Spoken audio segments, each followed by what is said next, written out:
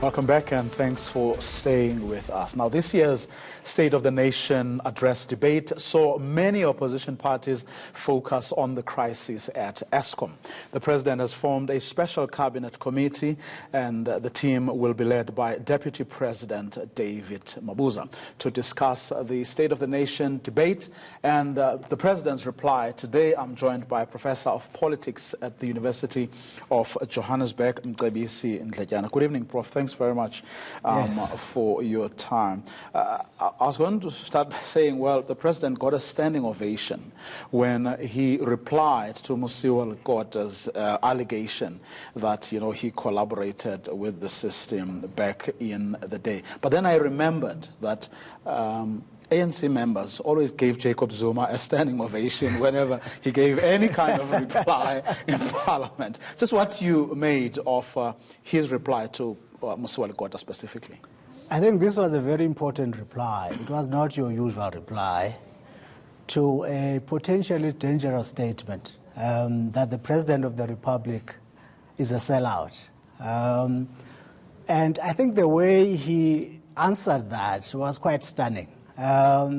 Firstly, he kind of admitted, or rather portrayed what was happening at the time. And I got a sense that his response actually affirmed his struggle credentials.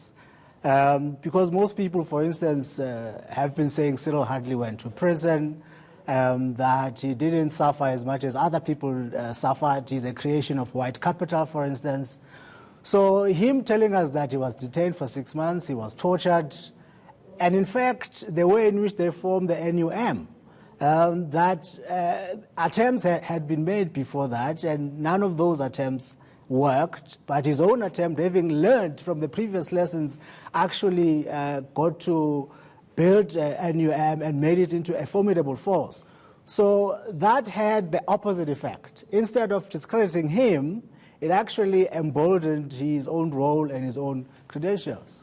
Well, it's interesting that, Mcebisi Ndletyana chose this moment, but to also come up with these sorts of allegations. And it took one back to remember the Heifer Commission that then President Thabo Mbeki formed when allegations were leveled at Bulalani Ngcuka, who was the National Director of Public Prosecutions at the time, because he had said that Jacob Zuma, there was a prima facie case of corruption in Jacob Zuma's case. One goes back to Peter Mugaba. Allegations were leveled against him at some point. Thabo Mbeki himself, during his years in exile. So it would seem that although Mcebisi Ndletyana has left the ANC, he hasn't really dumped some of the tendencies that we have seen over decades. Whenever people have a fight to fight, and then they start bringing up this sort of thing. Well, it was a little bit disappointing of Thabo Ndletyana to make that accusation, especially because of the history that you've just outlined. And in some cases, people were killed for accusations that were never proven, right? Paulo Jordan, for instance, was also tortured by ANC comrades for the same thing. And people have used these accusations to kneecap their opponents, to besmirch their names. And there was a call at some point, Ramaphosa also made that statement that President Mandela also used to receive quite a lot of reports. And he said, if I were to investigate all these reports, then half of the NEC or cabinet would be implicated, and we would never get to do anything because we would be chasing each other's tails, right? So it was more of a destabilizing tactic from the side of Thabo Ndletyana, because Thabo must have known that he would not get anywhere with that accusation. Now, let's move to Eskom. The president says he has formed a special cabinet committee which will be led by the Deputy President David Mabuza. But now, he chaired a committee, right, that looked into Eskom for about 5 years. But from what we've heard from him, from what we've heard from the Minister of Public Enterprises, nobody actually knows what is going on at Eskom. Hence now, there's going to be these engineers who are brought here to try and make sense of it all, and there's going to be this committee. it would seem, certainly on the face of it, that Cabinet then took whatever Eskom told them at face value. They never really interrogated what Eskom was putting before it. It shows exactly that. And I think the president's response when we had these initial outages was quite telling.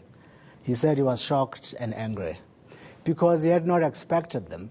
I mean, days earlier, he had given a very uplifting speech telling us that our economy is just about to be revived, right? And at the engine of that economy is electricity.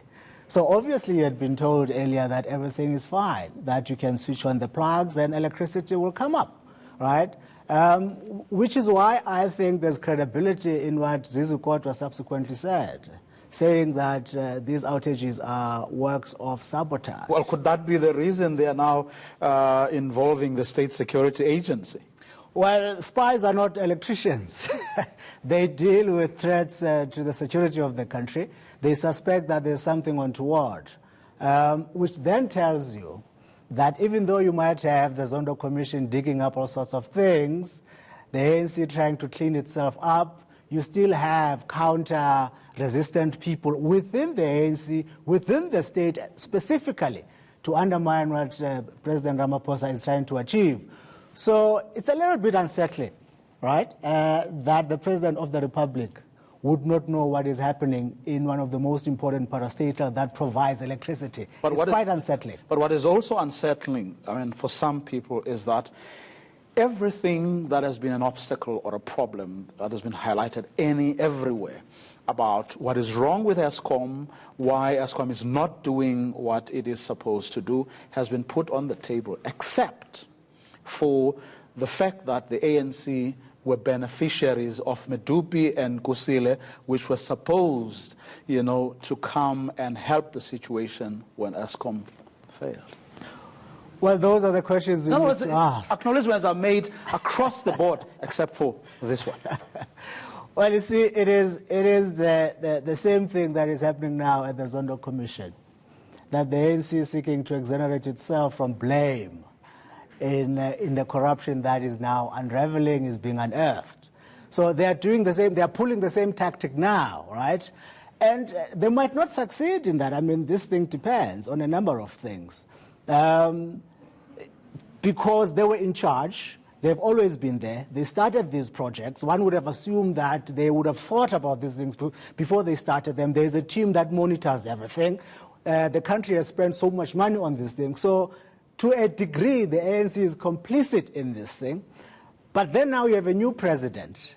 And the question then becomes, how credible do you take this president? Exactly, and will you have lasting solutions if there are holy grounds, areas we can't get into when we're trying to examine the problem and perhaps more importantly, resolve the problems? What might just count in his favor is his overall performance. How else has it done in other areas? The economy has been telling us there are almost 200 billion rand that is beginning to be planted into our economy. State institutions are changing. So in other areas of government, there is progress, right? So that progress shows authenticity, shows credibility and hard work. So on the basis of that, on the strength of that track record, limited as it is, people might cut him some slack and say, well, he seems to know what he's doing. He seems determined. We can trust him more than we've trusted his predecessor. So his previous work elsewhere might just be able to discard some of the damage that is now emerging with this Eskom issue. Professor Ndletyana, that's where we're going to leave it for this evening. Thanks very much for coming through. Mcebisi Ndletyana from the University of Johannesburg.